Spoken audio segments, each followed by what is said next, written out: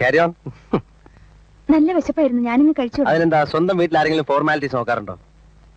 ഇതൊക്കെ പറച്ചിലേ ഉള്ളൂ. ശ്യാം എന്താണ് ശ്യാമിന്റെ ഡാഡിയെ കൊണ്ട് സംസാരിക്കാത്തത്?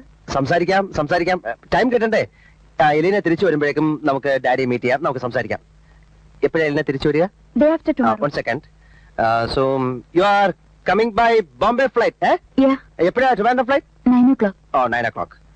Bombay flight, Trivandrum flight 9 o'clock. Trivandrum flight 9 o'clock. Okay. എന്തിനാ ഇതൊക്കെ കുറിച്ചിടുന്നത്? അല്ല, എലീന തിരിച്ചു വരുമ്പോഴേക്ക് എനിക്ക് കുറച്ച് ഫ്രീ ആണല്ലോ, അതിനു വേണ്ടിയാണ്.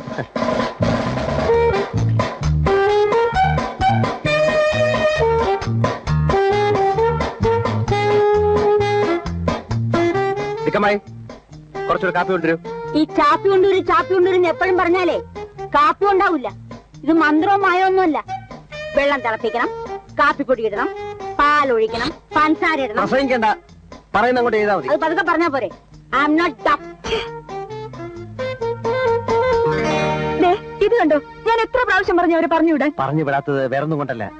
എലീന എന്ന് പറഞ്ഞ അവർക്ക് ഭയങ്കര സ്നേഹമാണ്. She likes you so much. വെറുതെ അവർക്ക് എന്നെ തീരെ ഇഷ്ടമല്ല.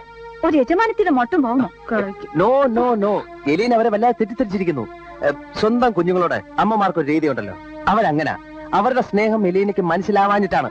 എങ്കിൽ പിന്നെ എന്തിനാ ഒളിപ്പിച്ചു വെക്കണം? അങ്ങനെയായിരുന്നെങ്കിൽ ശ്യാമും ഞാനും തമ്മിൽ അടുക്കുമായിരുന്നില്ല. നമ്മളെ പോലെ പുരോഗമനപരമായ ഒരു കാഴ്ചപ്പാട് ഒരു വയസ്സായ സ്ത്രീന്ന് നമ്മൾ പ്രതീക്ഷിച്ചിട്ട് കാര്യമില്ല. എന്നാലും ഒരു ലിമിറ്റ് ഇല്ലേ? കരിങ്കല്ല് ചുമക്കുന്ന അത്ര പ്രയാസം തോന്നുന്നു സംസാരം കേട്ടെ.